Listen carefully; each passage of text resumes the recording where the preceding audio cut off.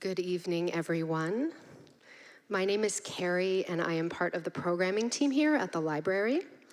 And I am thrilled and honored on behalf of our entire staff here to officially welcome you all to StoryFest 2022.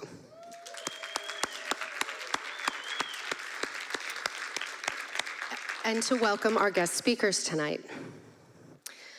A 2017 online interview with tonight's guests opens with the statement, "The world doesn't always know what to do with a duo like Saeed Jones and Isaac Fitzgerald."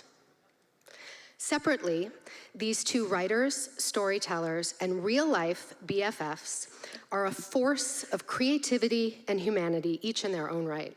And together, as their decade-long friendship exemplifies, they are an even more powerful force. Columbus, Ohio-based author and poet Saeed Jones was born in Memphis and grew up in Louisville, Texas. Publishers Weekly described Saeed's 2014 debut collection of poetry, Prelude to Bruise, as a fever dream, something akin to magic. The poems of this book are harrowing and heartbreaking, treating family, sexuality, and race with unrelenting intensity.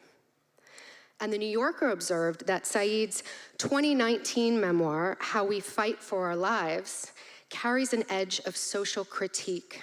To be Black, gay, and American, the book suggests, is to fight for one's life. Jones' voice and sensibility are so distinct, NPR has raved, that he turns one of the oldest of literary genres inside out and upside down. And awards, Saeed's work has many, including the 2019 Kirkus Prize for Nonfiction and a 2020 Lambda Literary Award and Stonewall Book Award for How We Fight for Our Lives, just to name a partial few. Saeed's highly anticipated latest collection of poetry, Alive at the End of the World, releases everywhere this Tuesday, September 13th, and we are super psyched here to announce that it's actually available here tonight early, just for our StoryFest, yes, just for our StoryFest crowd. Woo, here from the back. Right over on that table for purchase for you tonight. So we're really excited about that, and thank you to Saeed for that. Brooklyn-based author, cultural critic, and commentator Isaac Fitzgerald has been a firefighter, worked on a boat, and was once given a sword by a king, thereby accomplishing 3 out of his 5 childhood goals. So maybe he'll share the other 2 of those goals with us tonight. The New York Times has called Isaac a writer who nestles comfortably on a bar stool beside writers like Kerouac, Bukowski, Richard Price, and Pete Hamill. He's the former co-owner of The Rumpus, one of the longest-running independent online literary and culture magazines, where he edited early works by authors such as Roxane Gay and Cheryl Strayed. He's a frequent contributor on The Today Show, and his writing has appeared in The New York Times, The Atlantic, Esquire, and The Guardian, among numerous other publications. Isaac is the author of the best-selling children's book, How to Be a Pirate, as well as the co-author of Pen and Ink, Tattoos and the Stories Behind Them, and Knives and Ink, Chefs and the Stories of behind their tattoos. And in July of this year, Isaac published his memoir, Dirtbag, Massachusetts, A Confessional, which quickly catapulted to the New York Times bestseller list. Yeah, sure, let's do it. That deserves applause. About Dirtbag, Roxane Gay writes, "This book, this beautiful, sprawling, chaotic memoir in essays is indeed a confessional. It is a man peeling back the layers of himself, revealing the white of his bones, the depth of his soul, the truth of his flaws, and the power of the best parts of him, of which there are so many. He is charming and vulnerable, curious and candid, full of dirtbag swagger." In spring of 2021, Isaac flew out to Columbus, Ohio to visit his best friend Syed for the first time in far too long and to write about it as part of his weekly Substack newsletter, Walk It Off, a project inspired by the walks he began taking around New York City during the early days of the pandemic. Walking, Isaac writes in The Guardian, helped me to transform much of a terrible year into a tolerable one. So much lies ahead that will continue to test us, to traumatize us, to stretch to the breaking point our capacity for madness and uncertainty and horror. So I'll keep putting one foot in front of the other. No reason to stop now. We are so grateful that Isaac and Saeed show no signs of stopping anytime soon, and that their decade of friendship, creative collaborations, community building, and multiple matching tattoos have led them here tonight to kick off StoryFest 2022. So without further ado, please join me in giving a warm StoryFest welcome to Saeed Jones and Isaac Fitzgerald.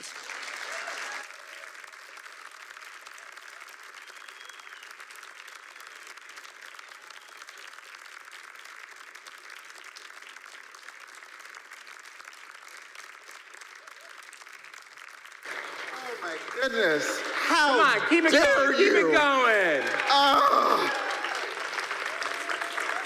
It takes nothing to get Isaac and I to cry. We were gonna get there anyway. You didn't have to do us like that, girl. Oh my God. Did their research. Oh no. Did a deep dive. I was like, not the Substack. Hi. They really went deep. It's like so many bad introductions. Someone does a good introduction, you're like fully emotionally ill-equipped. Not ready. Wow. That was beautiful. Thank you. Hi. Welcome, everyone.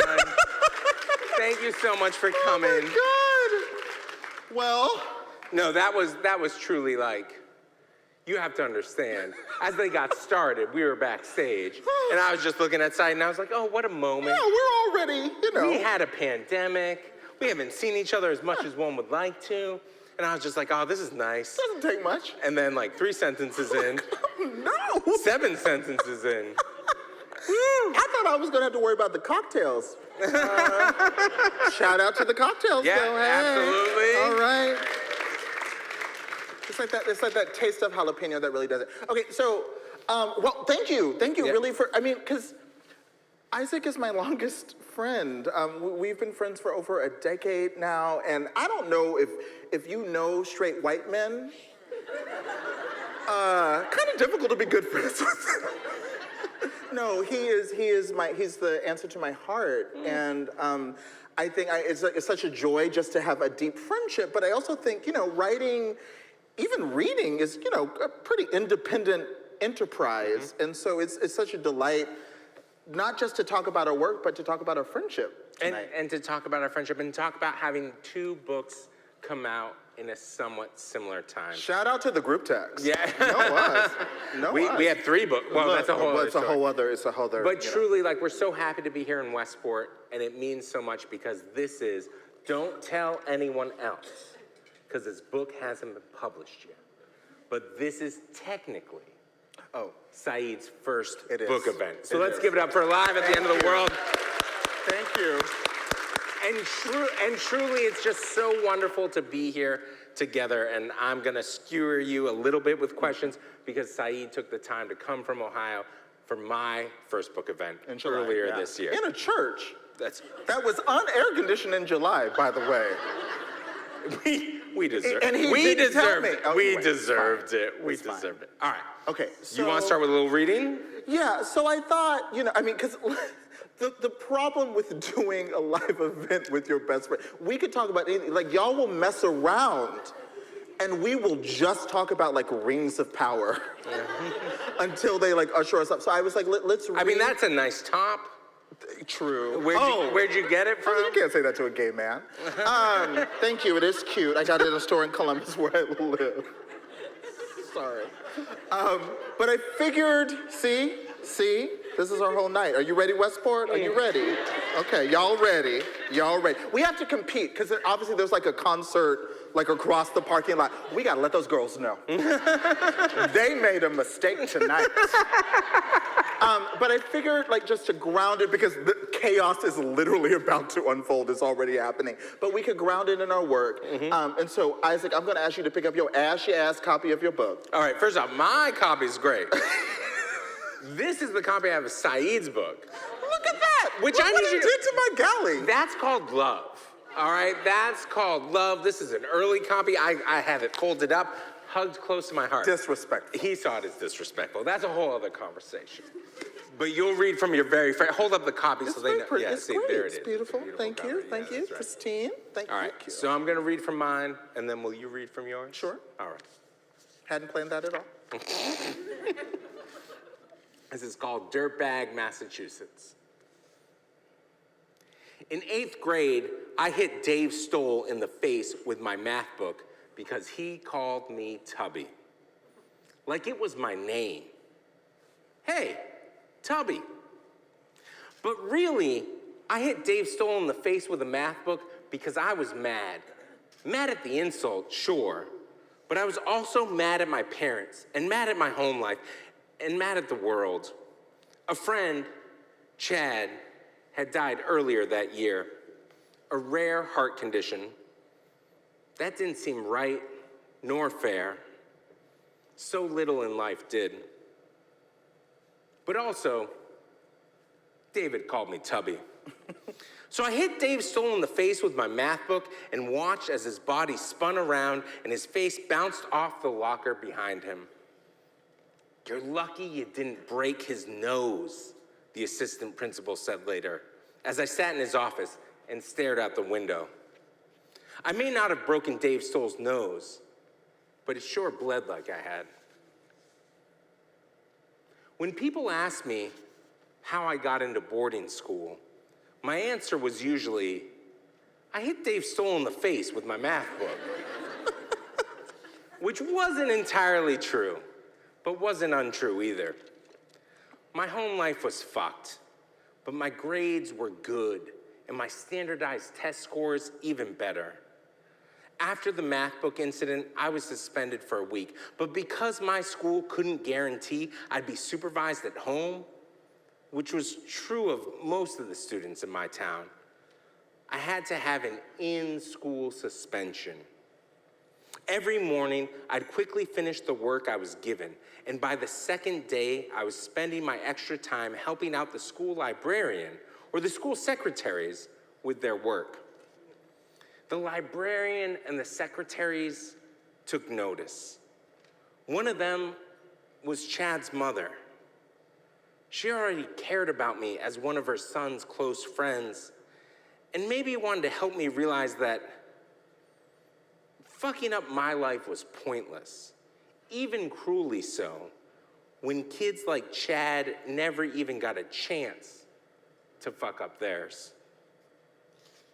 There was a school she knew of, a boarding school. They sometimes offered scholarships to local kids, especially those who might be in trouble, but showed promise. Whatever that meant, it might be a good option for me. The librarians would help me fill out the forms to apply. It was hard for me to accept help when offered. It still is. But they waited, kept offering, until finally I had to admit it was what I wanted.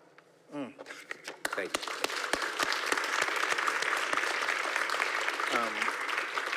That's so beautiful. I should say too, because I had to slide this in before he can like jump in front of the compliment. Isaac was also one of my first editors. And so I think, particularly if you've read my memoir, a lot of the qualities in my prose writing that I think people praise, he helped me identify and hone. And Dirtbag, Massachusetts is just a testament to your brilliance. You're just so wonderful. Can we give another round? Oh, come on. So good, so good. I'm gonna say something about after. Okay, so we did talk about, so don't think I'm like fully like shading my friend. But my book, Alive at the End of the World, there's a lot going on and we'll talk about it. But part of what I think is, it's a phenomenon, it's a way of being. And I think particularly in Western and in American culture, it's almost like we're trained like that the apocalypse, the end of the world is a one-time event and wait for it to happen. You know what I mean? It's almost like let's take racism as an example. Like, you're not racist if you're not wearing a white hood and burning a cross, when in fact we know racism manifests in all kinds of more subtle, insidious ways, right? And so my idea is, like, we're living through we are the end of the world. It's a state of being. And so I'm gonna read two poems from two books. You ready? Two poems from my book, and one of the ideas I wanted to tap into is this repetition, that it just keeps happening, and we kind of have to keep living, though don't you want to just stop and scream and grieve, right? Okay. Alive at the end of the world. The end of the world was mistaken for just another midday massacre in America. Brain matter and broken glass, blurred boot prints in pools of blood. We dialed the newly dead, but they wouldn't answer. We texted, begging them to call us back, but the newly dead don't know how to read. In America, a gathering of people is called target practice or a funeral, depending on who lives long enough to define the terms. But for now, we are alive at the end of the world. Shell-shocked by headlines and alarm clocks, burning through what little love we have left. With time, the white boys with guns will become wounds we won't quite remember enduring. How did you get that scar on your shoulder? Oh, a boy I barely knew was sad once.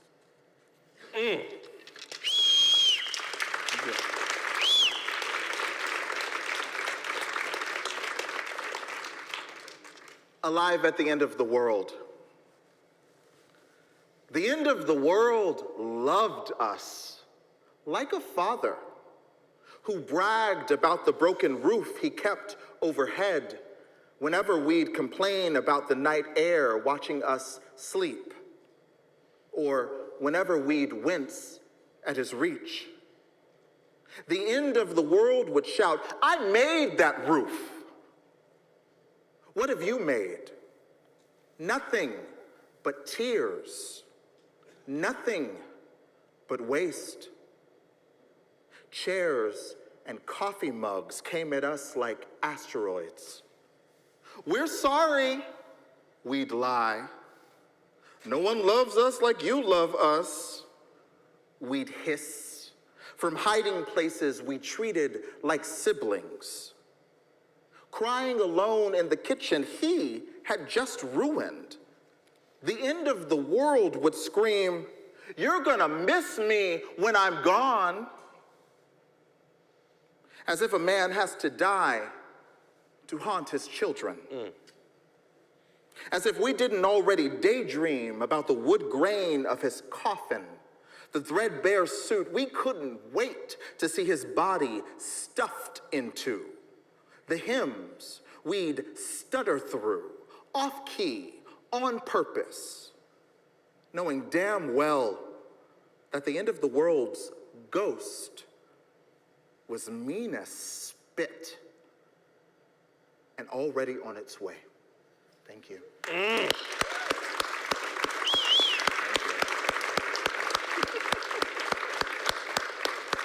All right, drink some water. I'm alternating. And now I'm gonna hijack this real quick. Hijack it. I am.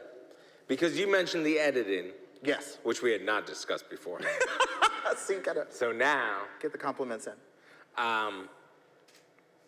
I've always admired you as a writer.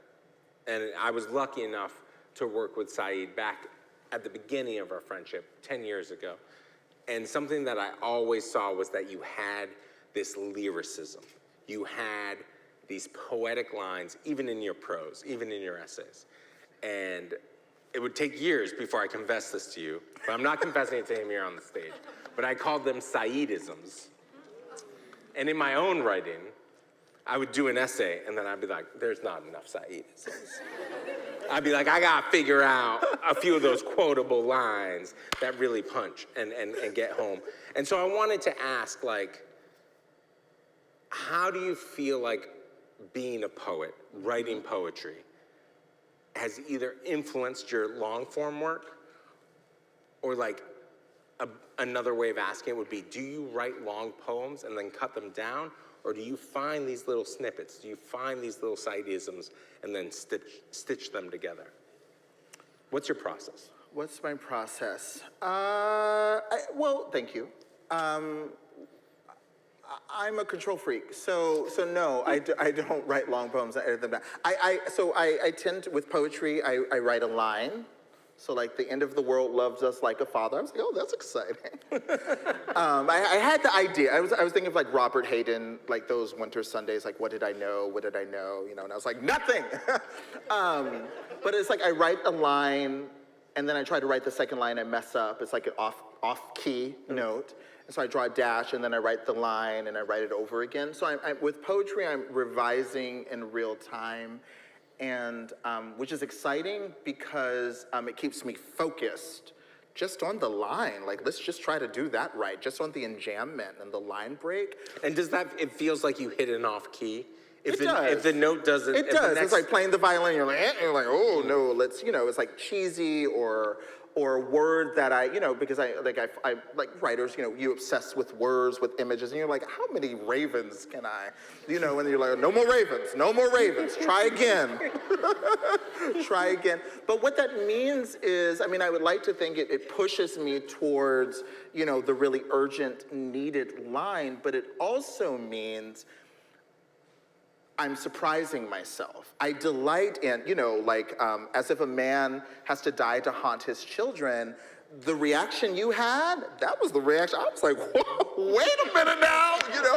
I didn't sit down knowing that's where it was going to go, you know? And so the suspense, the like, oh my gosh, you know, that just comes because I'm so busy focused on one line or the next that I actually don't know. Something else takes over.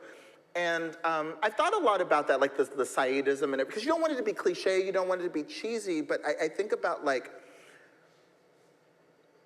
the function of beauty, the function of eloquence, of concision. I think one of the ways it can function is that it's memorable. You know what I mean? Like, it's like as if a man has to die to haunt his children. Boom, you understand an important idea I'm trying to help you understand about patriarchy. You know, about a cultural system. Like, I'm not gonna write a whole essay about, you know, our relationships to, like, you've got it in that moment. And so I think that's what's the joy of those, like, punches. When I'm not trying to just, like, make you gasp or make you go, oh, that's beautiful. I'm trying to help you understand something in a visceral way, and these high-stakes issues are visceral. You're conveying something. Yeah. So real quick, because you just said it, you brought it up. We'd move on to other things, but I'm fascinated. How do you know the difference between when you find that line and you know you're gonna keep it a poem, or you find that line and you wanna write something longer? I tend to only be able to write one thing at a time. I can't, I'm not, like the lyrics, what people call the lyricism and how we fight for our lives is because I'm a pretty... Just for the record, those that don't know, his essay collection, that's a memoir. It's not an essay collection. Okay, yeah, it's a memoir. It was because I would write something, you know, like a really intense scene, and then the note from my editor would be like, yeah, so how did it feel? You know, like, how do you feel about it? You know, and so for me, poetry, the lyricism is kind of how I access that. But no, I don't know. I go all in, and like with this, for me, it's just like, what if poetry, in this case, was my only way to make sense of the world, you know? So it's not like a choice. I'm not like, oh, could this go in an essay or no? I'm just like, it's very immediate. You keep yourself contained. Yeah. In that. Yeah. So can I ask, when you started writing on the working on the first poems that are in this collection? A few of them I started towards the end of finishing my memoir. I think, so much of like Alive at the End of the World is about like, it's this collision. It's both about our collective grief, but when I started writing these poems in earnest as a manuscript, it was last spring, which is to say it was 10 years after the death of my mother. My mom died of a heart attack in Mother's Day of 2011. And so I was really struggling, and just, not just struck, but like stricken, like, really struggling, frankly, in the isolation before we were able to be vaccinated and all of that, where I was like really thinking about the afterlife of that grief. People aren't calling to check on you anymore, but it's still deeply felt. Meanwhile, May of 2021, is to be surrounded by people who are grieving in a way that, I got to say goodbye to my mom. I got to be in the hospital room with her and all of that, and so what does it mean when you're thinking about people saying goodbye to loved ones via iPad, And so that was the tension, and I think, I don't know, it was almost like that bizarre experience, like lyricism only became possible. But wait a minute, Isaac's from New England. Really good at dancing away from questions. Do you see this? Come on, that was a beautiful, everyone in this room was just nodding. All right. You think you're slick. We're in Connecticut. They know how this works. So let's get into this gig. Okay. I remember early on when I was working on my memoir, I would say I was writing an essay collection as well. I was like linked essays. And I often meet students who tell me they're writing a linked essay collection. I'm like, no, you're not. You're writing a memoir and you're just scared. You're afraid to admit that. You actually wrote a linked essay collection.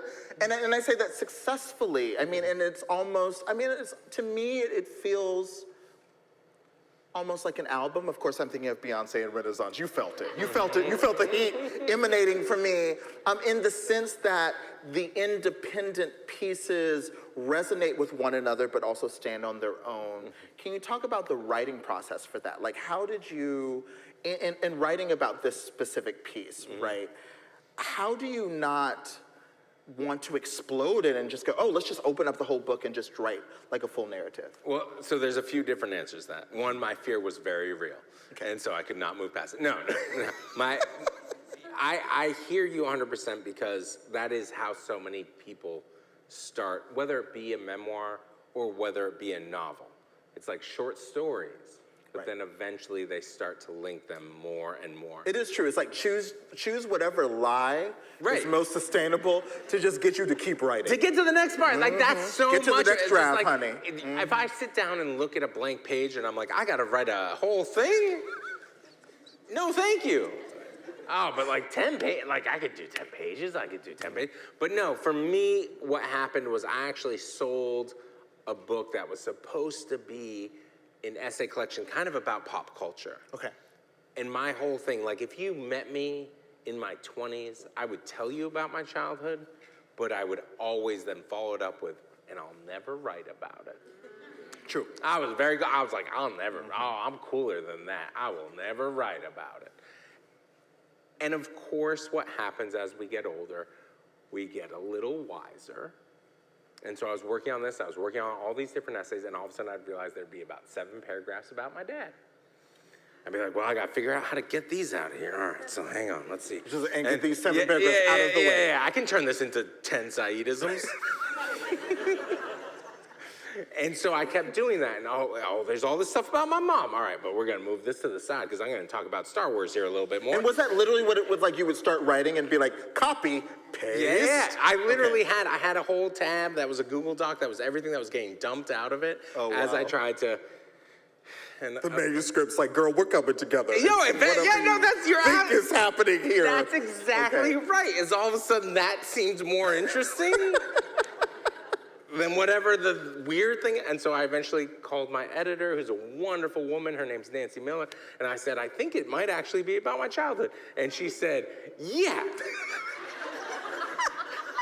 I I've been waiting for you to figure that out for about 2 years now. I was late. I was Nancy had late. you on speaker. Yeah. It's like a Ruleville intern. It's like, Yeah. come on, Isaac. Yeah. Oh, this is a new discovery. It's a new discovery. And that's exactly right. That's exactly right. I realized that usually the things we're turning away from, the things we can't look directly at, are the most important stories that we have to tell. What is our problem? I mean that's a great question. We could answer it together. Yeah. Well, because people, so I would say this as a poet. People look at me like I'm like a damn spiritual. I'm like, are you kidding me? I couldn't get my dog to behave, like this way. We talk about writers culturally, collectively as endowed with this special wisdom, this piercing insight. But I think this is true for all artists. There's this weird. If we actually had the kind of self-awareness I think people often think we wouldn't be able to do the work. Yep. Right? So whether it's me, I'm just trying to focus on the line, one line at a time. I'm just trying to mind my business, and then, I'm surprised by, and for you, you're kind of like, I'm trying not to write about this book, but what is that? Again, I think you just called it out for what it was, which is like, oh yeah, no, we're super wise, because you see the end product. You see, it's the same thing when you listen to an album.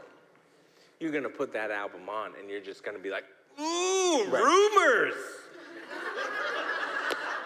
They were all breaking up, and they were fighting with each other, and they were doing drugs, but the music, the final, but what you didn't see was them just yelling at each other. Like Stephen A. being like, where is the sharpest object? Yeah, trying to change the chords. Yeah. And I think that is, it comes a little bit out of the conflict. And for the longest time, I felt like what I had in front of me, I don't know if you can relate to this at all, but I felt like what I had in front of me was a mess.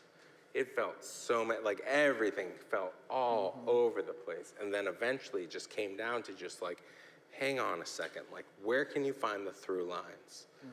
Where can you find, I'm trying to bring it back to rumors, which is that was just lightning in a bottle, and it was its own thing. It was its own thing. But no, where can you find those through lines? And the hardest thing for me is, when do you know it's done? Yes. When are you able to let go of it? So I want to flip that on you real quick. Not talking about the end of the world. Okay, all right, because I'm like, it's still. But with the memoir, when did you know?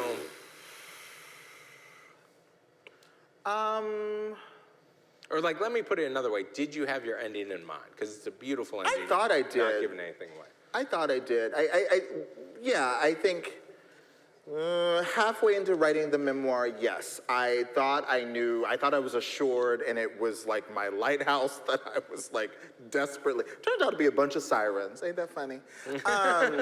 No, and it was just. It's not even in the book. Not only was it not the end of the book, it's not even in the book. This moment that I was really in earnest, being if I could just get to this damn, and it was almost the more intensely I would try to write my way toward that moment, the further it would recede. It's like chasing a rainbow or something.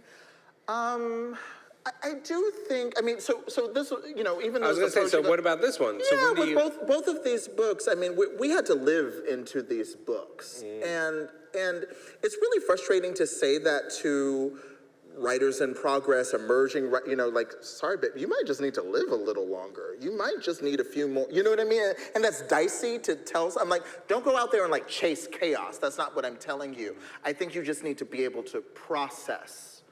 And yeah, I think both for my memoir and for this book, it was allowing myself to live. I hear at the concert, don't come for us. You will never be rumors. You will never be rumors. God, now I have it stuck in my head. Sorry. I brought it up too early. The only thing worse would be running up that. All right. Gosh, I'm sorry. But I think in both instances, and maybe this is true for all the books, it's almost like you have to work in earnest and productively exhaust yourself. There comes there will inevitably be a moment of unproductive exhaustion during a creative process that's not great, not healthy, and like let the healing begin, light the candles, you know, do whatever you need to do. But I think you can also kind of productively exhaust yourself where it's like you try every option, everything, you know, you go and you're like, let me find my graduate school workshop notes, like what can I, and like nothing's working and you kind of have to sit with that. And in both instances, I mean, for both books, it's so obvious, but like, it's like allow the reader for you to go, huh, this is it?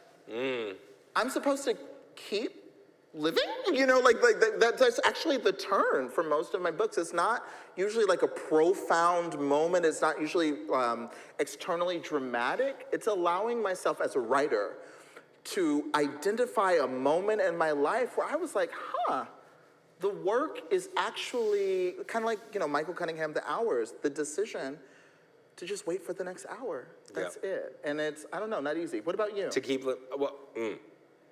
I'm like, next. That was good. All right, so I mean, for me, I will talk to Because again, linked essay, you could always do another essay. You're absolutely right. You're absolutely like, where's right. the Saeed essay? No, you're, ooh. Kidding. All right, you're not mentioning me. Anyways, no, for me, it was important that the ending was messy, and I think that's exactly what you're saying too. And I think this is something we have in common. I don't know if it's because we're best friends, it's because we live similar lives. Like, what came first, the chicken and the egg? Like, why were we? It's certainly a shared ethos. Yes, right. It's absolutely a shared ethos. And for me, it was very much. I wanted the end of the book to feel like an ongoing conversation. I read so many memoirs in my life, and I tackled different subjects in my memoir, but one of them is drinking, and a lot of the essays or memoirs that I read as a kid growing up, especially in the 90s, were like, and now I'm sober, and everything's great. Right. Well, I grew up with sober people in my family, and yeah. Anyways, all I'm trying to say is that for me, I wanted to make sure that there was an open-endedness that allowed conversations. And what I'm lucky in saying, and this isn't a spoiler for the book, is that the conversations that I was kind of alluding to towards the end of my essay collection actually got to happen with my parents after the book came out. And so this book literally, as much it is something that I wanted to write, as much as it is a piece of art that I wanted to share with anyone, it was very much a way of trying to communicate with my parents. And they have been so loving, so responding, and we've gotten to have a bunch of these conversations. So it's this weird moment where like, did I know where to end my book? I didn't, I just knew I was scared of the next step, which was actually having those conversations. So that's where I closed the book. And then because of the book, I actually got to have those conversations. That was kind of an amazing moment. But I was gonna flip it on you before you asked. Well, you just asked me a heavy question, so I went for it. You're loud. But no, I wanted to ask, like, what first drew you to poetry? Like, this, all your writing early on especially was poetry. Here we are celebrating your new poetry collection. That is a good question. I mean, did you read poetry as a kid? Like, is there something that like?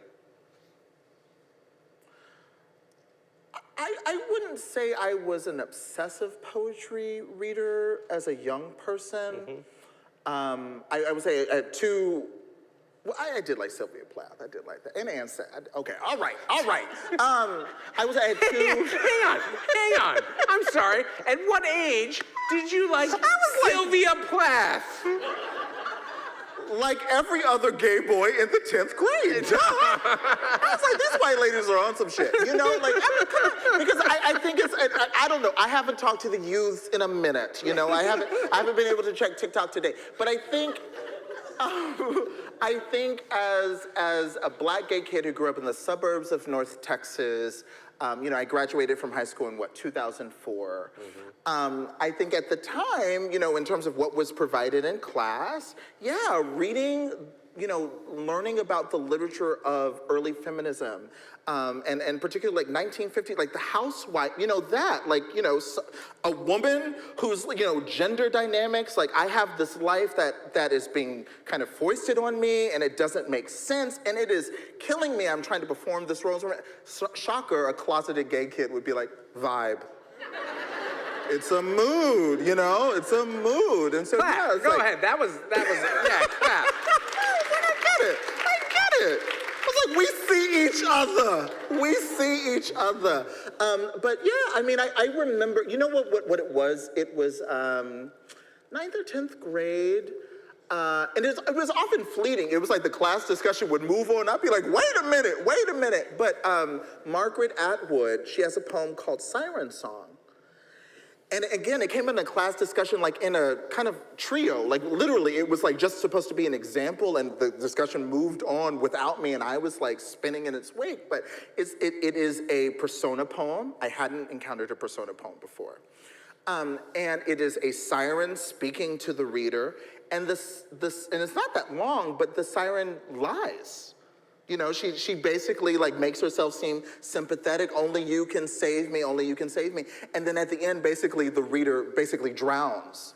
And she's like, haha, did it again. Works every time. And I was like, wait a minute. You can do that? I was like, the housewives have lied to me. You know, I just remember, you know, and I think that's true for like a lot of early readers. Like you assume if it's written on the page and the author's like it's gonna be, you know, honest, direct, like unreliable narrators, trickster personas, you know, really comes at you. And I remember like, I didn't know you could do that. Mm-hmm. And this is true in all of Margaret Atwood's poetry, you know, it's written in a contemporary voice.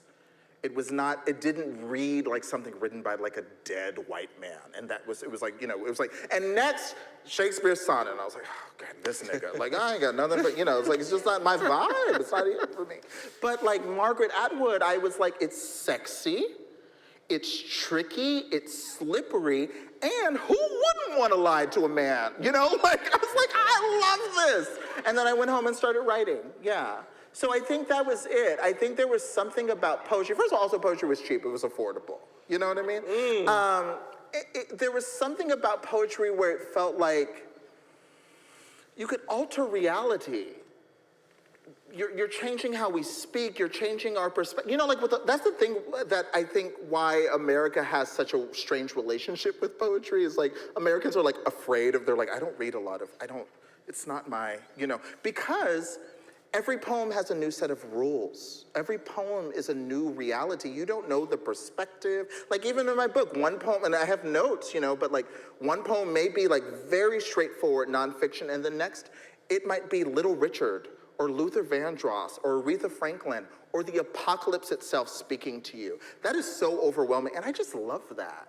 And so, yeah, I don't know, I think both in the same way that I like related to the housewives and that kind of narrative, like, oh God, I felt that rage, that seething. I mean, no one in the 20th century was angrier than Anne Sexton. And I believe she was reborn as Cate Blanchett, by the way. You get it. Like that rage, and then also to encounter like the work of like Margaret Atwood and see like newer feminist writers turning, it was just thrilling. But I've always wanted to ask you, it's kind of something similar, like what writers, not just into reading, but seduced you into wanting to write? That's a great question. I gotta say, it's a cliche answer, but I was growing up in a very weird, small town. I grew up in the south end of Boston. I grew up in the city. And then eventually we made our way to north central Massachusetts, which is to say, a creepy town. Especially if you've grown up in the city. You always describe it the Kid Rock of Massachusetts. I never left the city. There were big trees, Saeed. They were haunting. Just a lot of like big moon and not, like we had, like at home, like, anyways, there wasn't a lot of heat in the house, so we had like a little iron stove. We put the wood in it. That cast shadow. Like it was a creepier situation than I was used to. Hindsight 2020, beautiful place. What a joy. Now hipsters are like, oh, yeah, look at the stove. Listen, if I could buy land there now, like, that stove gave me nightmares for a decade. Yeah, but at the time, ooh. And there was a man at the center of town And I had to ride my little bike like it was Stranger Things, 1980, whatever. And his name was Arthur Perkins. And he was an ex-reverend. An ex-reverend. Yeah, let me tell you, it's like it's out of a Stephen King book, is what I'm trying to say. One leg was shorter than the other. He had a cane, but he was delightful. Running up that hill, running up that road. She was gonna get, Kate was gonna get us one way or another. And what he had was an entire collection of books. Oh, wow. That were only Stephen King. Okay, that'll do it. A little bit of Peter Straub, R.I.P., okay. who just, yeah. Oh, all right. And he gave, by the box load, he just gave me these books. And I would read these, and for me, it's as cliche as the day is long, but it's just the absolute truth. Libraries, small bookstores, they were ways to escape. There was a lot of stuff going on in my home life that I wasn't interested in. All of a sudden, you could just crack open a book. You could go somewhere completely different. And that's what I learned. And then I spent the next 20 years of my life trying, because I didn't know. I wrote some real bad poetry in high school. But I really tried to make my way. But hang on, we're going to open it up to questions from the audience, but I just want to ask you one last one. And then I have one last thing to say. No, you can't. You can't. One last thing to say. All right, you want to just say it then? Well, so that's the thing. I mean, and you know, it's interesting that for kids of the 90s and 2000s and so many people in this audience, I think you will understand what I'm about to say, that our joy of reading is directly connected to the secrecy. It felt like we were getting away with something. And at this moment, when education, history, public libraries, librarians, English teachers are under siege for doing their job, for celebrating basic literacy. You know, we've learned too much about these fascists to be complacent. Yeah. Do not ever assume that because we make sense, they are not dangerous. That's not what I'm trying to tell you. However, the fastest way to get someone to read Toni Morrison is to say, don't read Toni Morrison. Don't you read that book. Don't you read that book. I'm so interested to come back to the Westport Public Library like 20 years from now and sit there, and I would just love, right, to see the next generation of artists, of writers who were like, yeah, someone tried to keep Margaret Atwood from me. You know, and to see what comes of that, because, yeah, I was sneaking copies of James Baldwin and Alice Walker from my mom, and those were the books I developed an attachment to, so I love that it was you, like, riding your bicycle. That box was just bungee corded to the front. Just felt like you were getting away with murder. And it did. It felt like it was a bank heist. No, that's absolutely right. But let's give it up for the libraries. Come on. We love you. This palace of a library, let's be clear. This is not what the Louisville Public Library looked like. Just listen, they come for this library. Transparent. They're going to be turrets. We'll be up here. We'll help defend. I love this. What were you going to ask? I'm just saying this is a castle. No, fine. this is it. All right, I want to open it up. Questions. Oh my So gosh, actually, look at this. if I might, hi everybody. If you have a question, just because we need to catch it on the recording, if you could please come over to this mic. And we're gonna Spotlight, darling. cue you up, you get spotlighted, and ask away. So come on over if you have a question. And we won't judge you. I'm pretty sure will like not be one judged. question earns you at least one letter of EGOT. I mean, like, look at the production value. They'll take a nice photo of you. Incredible. If not, Isaac and I will literally just talk. Oh, I could do this for 3 hours. I couldn't believe 45 minutes passed already. Happens to the best of us. It does. My man's going, yes, right. my man. Hi, my name is Kimberly Lake. I love your energy. It brings so much life to the room, and we're all back together after COVID, so it's fantastic. Yes! I have a question. I see all these kids walking down the street, and adults are guilty too. We're all looking at our screens. Do you guys have any suggestions to get the youth back into books, off their screens, or into real storytelling and real stories versus just the 30 seconds on TikTok? Yeah, I mean, I hear you. I hear that tension. I mean, I'm on my phone and I feel the cost of it. I think, you know, something I think about that's so incredible about this library is like there's 3D printing. There are studios for people to do all kinds of multimedia art and creation, which like blew my mind. But I was like, oh, that's storytelling. I think something we need to all work on for ourselves and for the people we're mentoring and caregiving and raising is to connect the dots. That like, I've seen a good, well-crafted TikTok that is as fierce as a poem. You know what I mean? I've seen a YouTube breakdown of, I don't know, a Marvel Disney Plus, you know, that's as fierce as like a critical essay, you know, that I might have seen when I was teaching at Rutgers. So I think connecting the dots and helping young people understand that what you're doing, that TikTok that's an example of storytelling. Let me show you where that other examples of that, you know, because the one, it's like not shaming them, but also, you know, there are joys in the book that you can totally live in a book for a while in a way that a TikTok, you know, doesn't make possible. So I think just going, like treating whatever this new form of media, and it'll like 2 years from now, there'll be a new term neither of us know, right? But whatever it is. TikTok will be old. Exactly, right? Treat it as like, instead of like a door, treat it as the key that's opening it up, you know, and invite them in because one, new media is not going away, but it is storytelling. Yeah. What do you think? No, I think that's absolutely, he just nailed it. And the other thing that I will say is just, you can't overpower a good book. So whatever book opened the world up for you, it might not be the exact same, but try to keep your ears up, your antennas up for what that book might be for the person in your life you're interested in this. Because that's the thing. It wasn't, my dad gave me so many other books that I was supposed to be reading, and many of them I read at too young. He was like, listen, when he read my memoir, his response was, I gave you Charles Bukowski at too young an age. Correct. He did. That's absolutely fair. In his defense, very good point. But for the most part, right, people were giving me other books when Arthur Perkins gave me a boatload of Stephen King. I wasn't reading those, but Stephen King had stuff that I was interested in, you know? So it's about not regulating what's good, what's not. It's about trying to meet them where they are. And the power of the book is something that you can't overcome. Because like what you just said was perfect, right? But I will say this, when I was working with Syed 10 years ago, it's because I started a website because we thought publishing was over. Because we thought ebooks were going to destroy everything.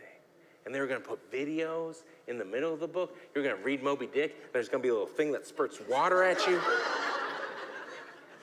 Guess what? Our website's dead and gone. Moby Dick's fine. You know what I'm saying? Like, that's all to say that, like, books, the really good books, the technology that is books, which is so basic, just somebody writes it and somebody has to engage it with their own memories, with their own thoughts, is, in my opinion, everlasting. I get, there's gonna be hills, there's gonna be valleys, there's gonna be strikes, there's gonna be gutters, that's just life. But books has existed for so long that like, you're gonna figure it out and like kids will find whatever it is that they love now. Is that fair? Yeah. Yeah. Yeah. Love that. Thank you for asking. That is the question. Yeah. I want to talk about tattoos. Uh-oh. Oh my gosh. Okay, I only have 3. It's but all his fault. All 3 of them I've gotten with Isaac. Oh, it's his fault. When I was growing up in the 50s, if you had a tattoo, it either meant you had been in the Navy, Yeah. or you'd been in prison, Yeah. or you were in the circus. Yeah. And something happened along the way that made tattoos legitimate, and everybody has one. Yeah. What happened? How did that happen? And you've done 2 books on tattoos. Great question. I've not been in the Navy, but I did work on a boat that collected trash from an island, and then we took it to the mainland. So I have worked on a boat. Have you been in prison? I've not been in prison. Have you been in the circus? Hang on. Everyone was wondering. But I have been in jail. All right. But that was we don't need to get into that. But it was just low key, just a couple of nights. I've been in the circus. But what is life? But a circus. No, sorry, I'm just waxing poetic. I think the true answer is, because this is something I think about a lot myself. Jennifer Egan wrote an incredible book called Welcome to the Goon Squad. and it goes into the future. And towards the end, it's all these young people making fun of these older people as their tattoos start to look grosser and grosser, which my day is right around the corner. That said, I do view it as a legitimate art form that is somehow crossed over into popular culture, and I did think it was gonna be generational, but at this point, I'm almost ready to argue that it's not. And by what I mean by that is I think in every generation, there are gonna be people that do get tattoos and people that do not get tattoos. And I think that if somebody was to come up to me right now, I'm 39 years old. If somebody was also 39 years old and they're just gonna say, I'm thinking about getting my first tattoo, I would say to them,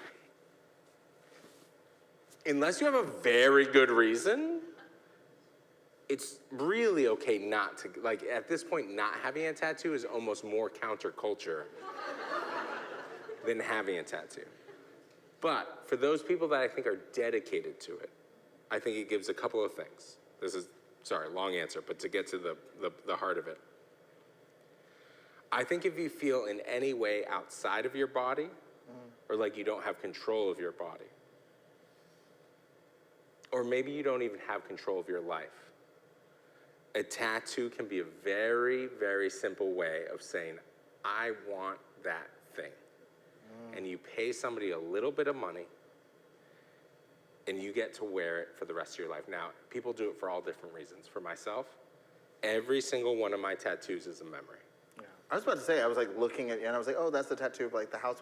Like every tattoo I see is a story. Yeah. It's a different, to your point, new media, right? It's a different kind of storytelling. Some of these are lost friends. Self-storytelling, maybe. Some of these are, we have, how many do you have? 3. How many did we get together? 3. All right, that's on me. Gateway drug. Hey! Well, if I've somebody, had that in the chamber all night. I think the answer to the question, at least somewhat, is like, Yeah. much in the same way that people in the Navy, I think, when they got them, it was about adventure, it was about being in a new land, but it was also about a little bit like, what are we doing? And I think there's some aspects of that that's always been involved in it as it grows as an art form. well, I just would like to say, if somebody came to me and said, I'm thinking of getting a tattoo, I'd say, get it on your ankle bone, because if you get a grape, in 10 years, it's going to be a raisin. My man. Thought this through. Also, if I was as good looking as you, I wouldn't get a tattoo. You look at you. That's true. You handsome as heck. That's true. I'm sorry. Miss? So we know that Isaac edited Saeed, but I wonder if as your friendship went on, and about your process, do you workshop your work with each other, or do you write together ever? We do not write together. That's right. We do not, let me jump into it. We don't write together. Have I ever sent you stuff to look at? Yes. Tweets. Essays. Essays. Emails. Telegrams. Yes. I think, I think as you go on in your career as a writer, it becomes less about the draft and more about the life, the potential, the decision making. That's when it starts to get really tricky, And so I know, I think part of at this point, 10, 11 years into our friend, several books and all of the, I'm grateful to have a friend who knows me, who can check me, he can hear the insecurity, the masquerades in my voice, all that kind of stuff, and go, set that aside for a second, set that aside. You know what I mean? So that we can have candid conversations about decisions, about how we feel about how our work should live in the world, because I think that becomes more difficult. And then also, I don't know, I mean, I think working on the memoir, working on prose, rewired my brain. Like, I think poetry is like microbiology, and then writing a memoir felt like being a world historian. It's still about organisms, but on a very different scale. And so there were times when I was like, will I ever be able to actually write a poem again? Because for so long, what would be an occasion for a poem would like slip into prose, would slip into, you know? And so as I was working on the poems that became this book, it was like I would take a screenshot of the draft and send it for Isaac, not for feedback, but more like proof of life. I don't know. It's almost, tell me if this is accurate. No, it is. But it almost feels like one of the more productive things Isaac and I are able to do for each other is share the private joy of the process. Look at this, you know? Yeah, hey, check this out. Hey, I figured this out. That was the most amazing part for me about reading the full collection, is I had seen so many of the words in this and so many of the poems in this as emails or as texts or as screenshots. And Syed shared them. And then I got to see the tweaks or the different changes that Syed made, the choices that turned into this full collection. But then to see it as a full body of work, instead of these disparate pieces that were being sent to me, the pieces themselves were so powerful. But then to see them all gathered in one place just like absolutely bowled me over. So we are constantly sharing our writing with one another. But it is truly almost in this, like, as you just said, cheering each other on. And of course, if there's a big misstep, hey, slow down. But like, that's a beautiful moment. But then to watch it all collected in a book, and I think you would feel the same way. Syed had seen so many of the different essays in Dirtbag. But then when Syed finished Dirtbag, like I don't even know if I've told you this. You haven't. Like, there's an audio message and some, like I've collected them into their own separate file, which is like Syed read the book, and I still go back and listen to them because it's so powerful to hear what my best friend thought about it once it was all put together into one piece. So, with that said, this is now in one piece. You can buy it now. You can get it signed because we're over time. We're like way over time. I have one more question. This is All right, fun. one more. All right. I like his tattoos. Yeah. Okay, come on. Oh, you haven't even seen it. I'm like really heavily tattooed, but I'm not going to ask about tattoos. I actually want to riff a little bit off of her point because, and something else that you guys have brought up a couple of times, which is that the collaborative process between the two of you, where you've been editing him and you look to him for Saeedisms and these things.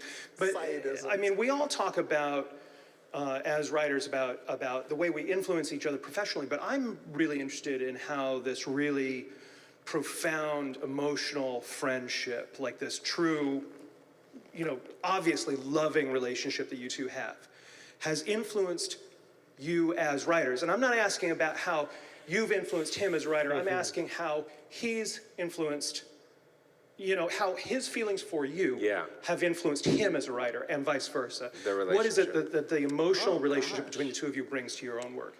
We did not plant that man. Yeah. Give it up. Obviously, this he's will be here as the part of the last question StoryFest. for the night. Don't forget to tip your bartenders and him for that well-planted. You want me to go first? Yes. Yeah, I know. I could tell. It's a beautiful question. It's a beautiful question. Which is what writers say when we're like, what the fuck are we supposed No, I got it. I just don't want to cry. to do? Okay. Oh my God. Okay, all right. Yeah, buckle up. You shouldn't let me go first.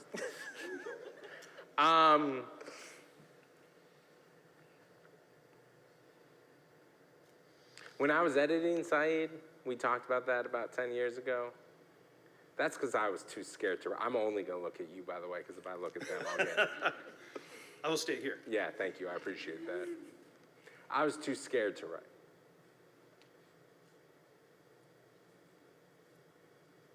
I didn't think I could. I wanted to, but I couldn't even admit that to myself. And I became friends with a lot of writers. I worked with a lot of writers. That web, like I've been friends with a lot of writers before Syed.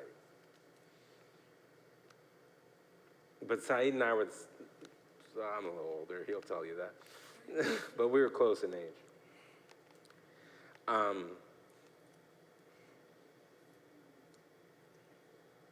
Syed did it first. That's what I'll say. Syed was braver than me. He put it on the page harder. and he dealt with things I wasn't even ready to look directly at. And I'm not joking. When I talk about writing my essay collection, that wasn't like I was doing that 2 years after meeting. No, that was only 3 or 4 years ago. It took me a long time knowing Syed and watching Syed do what he did to think that maybe I could too. So how did sorry, I'm not sure, I'm sorry. My relationship with Syed, my friendship with Syed, of course he made me feel loved, of course he made me feel protected, of course he made me feel supported. He would have done that no matter what. If I was playing handball, if I wanted to skateboard, whatever. But what I don't even say to him maybe sometimes is that he was a lodestar. He was a map. And he did it first. And he gave me the confidence to follow. Oh my God.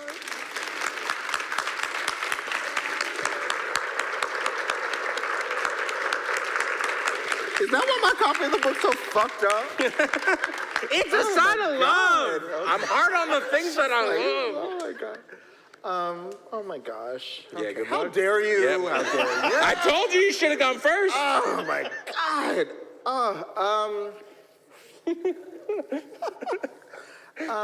Isaac let me sleep on my couch once. True. Okay. How it like.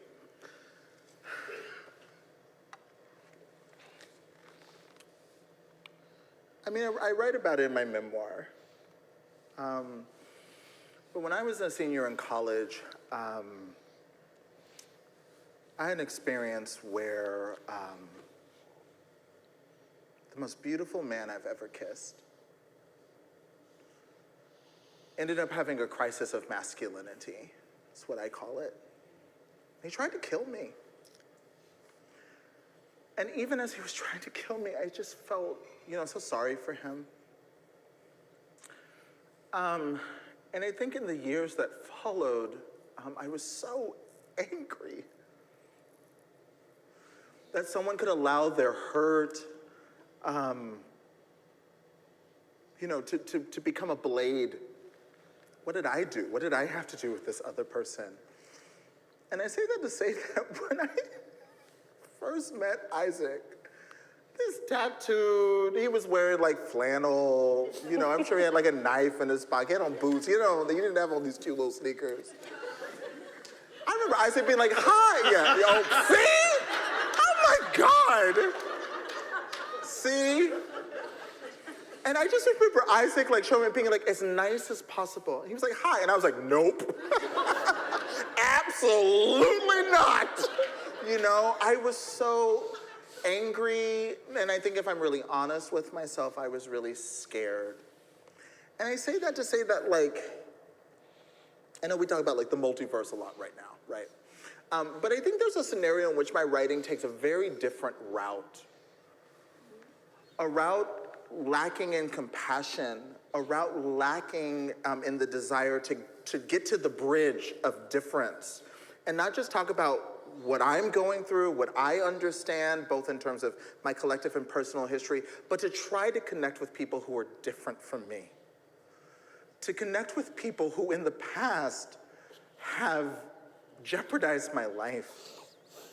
And I joke sometimes, but I'm like, straight white men, every straight white man in America owes Isaac Fitzgerald a thank you note.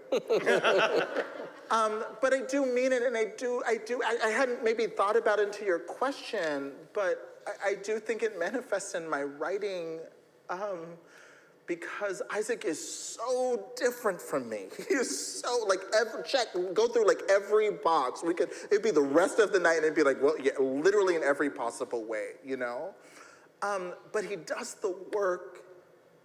And he's changed. He's only become better, and he's such a good damn person. And if he can do this work, and if we can connect, why isn't that possible elsewhere? And I'm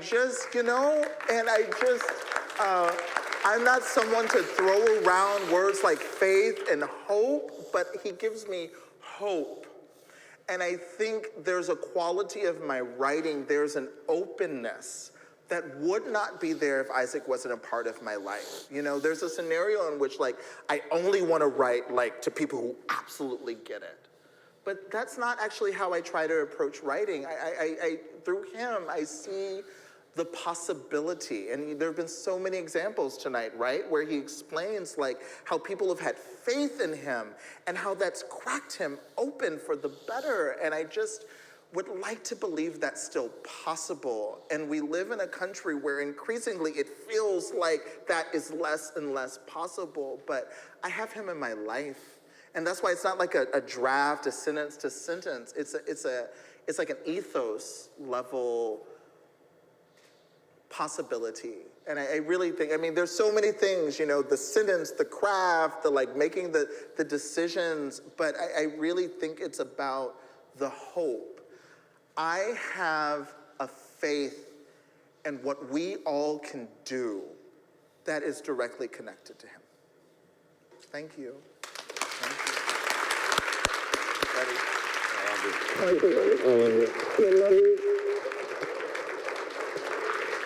Thank you. Oh my God. Thank you, Westport. Oh no. Oh no. We gotta go sign some books. Thank you, everyone, so much for coming. you. Support your library. Let's She get was that. about to say that. Oh, Go right ahead. no, please. Take it away. Go, go, go. Thank you so much for coming. Support your library, which you are here. Support these two amazing authors, which we didn't tell them, but we're locking you in the back room and we're keeping you here forever because you're so amazing. You're not allowed to leave. Does it come with a house? And a boat. We have books for sale. They're going to be here. Isaac and Saeed will be signing right around this area right here. So please purchase, come on over, say hello. Thank you so much, and please come on by tomorrow for the rest of our StoryFest.